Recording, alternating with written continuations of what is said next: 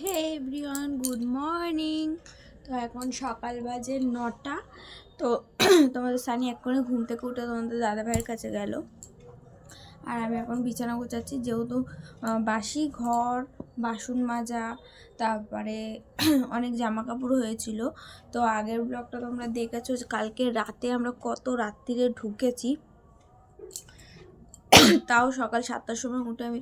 আর এখন আমাদের এখানে জলের প্রচুর সমস্যা হচ্ছে, জল নিয়ে এর জন্য সকাল সকাল উঠতে হয়। মানে কিছু করো বা না করো, সকাল সকাল মানে যতই রাত্রিরে শোও না কেন সকাল সকাল উঠে কাজ করতে হবে।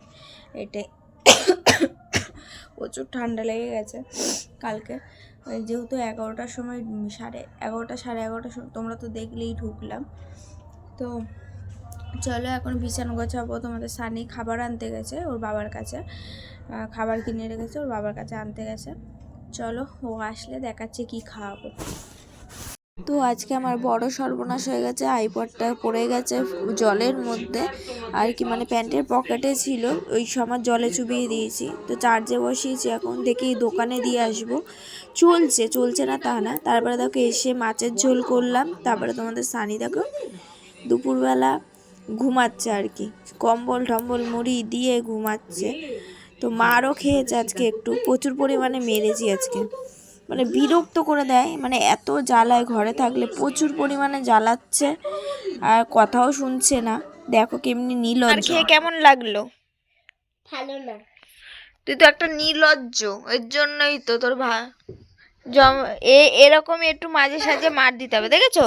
সেকেন্ড লাগে না ও মার খেয়ে ভুলে যেতে, সেই করে। ব্যাঙের মাথা একটা খেলনা কিনে আনলো এখন। আর আমাদের যেহেতু কালকে 3 তারিখ বিয়ে রয়েছে, বিয়ে বাড়ি, তার জন্য আর কি খুলে এই গিফট কিনে আনলাম। তো এটা আগে খুলে নিই। তো ডক্টর সেট কিনেছে, আমরা বিয়ে বাড়ি যাবো বলে গিফট আনতে গেছিলাম, ওই দোকান দিয়ে ডক্টর সেটটা কিনেছে, কি সুন্দর। তো এটা নিচে 170 টাকা না 80 টাকা মতো। তো যাই হোক, যা দেখবে তাই তো ওর কিনতে লাগে। ও যে কোনো দোকানে গেলে যাই দেখুক না কেন, ওর প্রয়োজনের জিনিস না হলে ও নেবে। তো আমাদের বিয়ে বাড়ি রয়েছে, তো চলো আজকে বিয়ে বাড়ি যাবো আমরা। বিয়ে বাড়ির গেটটা দেখো কি সুন্দর সাজিয়েছে, বিশাল সুন্দর, আর ভেতরটাও খুব সুন্দর। দেখো এখানে আছে, অনেকেই আছে। আর আমার এমনই দশা হয়েছে, মানে এতটাই ঠান্ডা লেগে গেছে আমার, যে আমি কোনো ফুচকাও খেতে পারিনি বিয়ে বাড়িতে, আর কোনো মকটেলও খেতে পারিনি।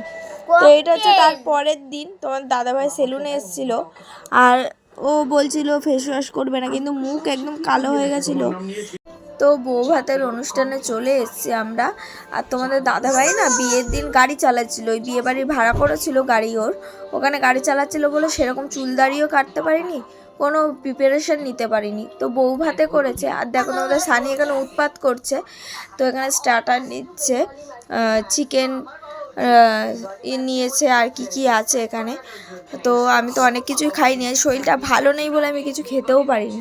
তো ভেতরটা খুবই সুন্দর। দেখো এখানে আমরা স্টার্টার খেয়ে দাঁড়িয়ে রয়েছি, চলো চা খাবো। আর এখানে দেখো এত সুন্দর সিস্টেম করেছে, যে যেরকম মানে সুগার ফ্রি, যাদের সুগার আছে সুগার ফ্রি চা খেতে পারবে, আর যাদের সুগার নেই তারা তো চিনি দিয়ে চা খেতে পারবে। মকটেল বসেছিল, মানে আর বুফে সিস্টেম করেছিল। এখন সব বিয়ে বাড়িতেই বুফে সিস্টেম করে। তো ভালো অ্যারেঞ্জমেন্টগুলো খুব ভালো করেছে, মেয়ের বাড়ির দিক দিয়েও যেমনি ভালো করেছে, ছেলের বাড়ির দিক দিয়েও খুব ভালো করেছে। তো আমরা মেয়ের বাড়ির লোক, আমরা কন্যা জাতি এসছি আর কি। আর আমাদের ব্রাইড কোথায় চলো তোমাদের সাথে শেয়ার করি। এখানে আমরা বসে রয়েছি, আর এখানে দেখো ফটো সেকশন হচ্ছে, তো ফটো তোলা হচ্ছে আর কি, খুব সুন্দর সাজিয়েছে ওকে। তো আর এখানে তোমাদের স্থানে উৎপাত করছে, আমরাও এখানে ফটো তুলছি, দাঁড়িয়ে রয়েছি, দেখছি। আর বাইরে থাকা থেকে, আর এই রুমটার মধ্যে পুরো সবকটা এসি চলছিল, যেহেতু এত লোকের গ্যাঞ্জাম, এসি যে চলছে মালুমই হচ্ছে না। চলো এখানে আমরা বুফে সিস্টেম রয়েছে, আমরা নিয়ে খেয়ে নেবো এখন, যেহেতু অনেক 11টা বাজতে যায়, অনেক রাত হয়ে গেছে। তো লাস্ট ফিনিশিং তোমাদের সানির মনে পড়লো ছবি তোলার কথা, তারপরে ছবি তুলে আমরা বাড়ি চলে এসেছিলাম, প্রায় 12টা বেজে গেছে। আজকের ব্লগটা এই পর্যন্ত, টাটা।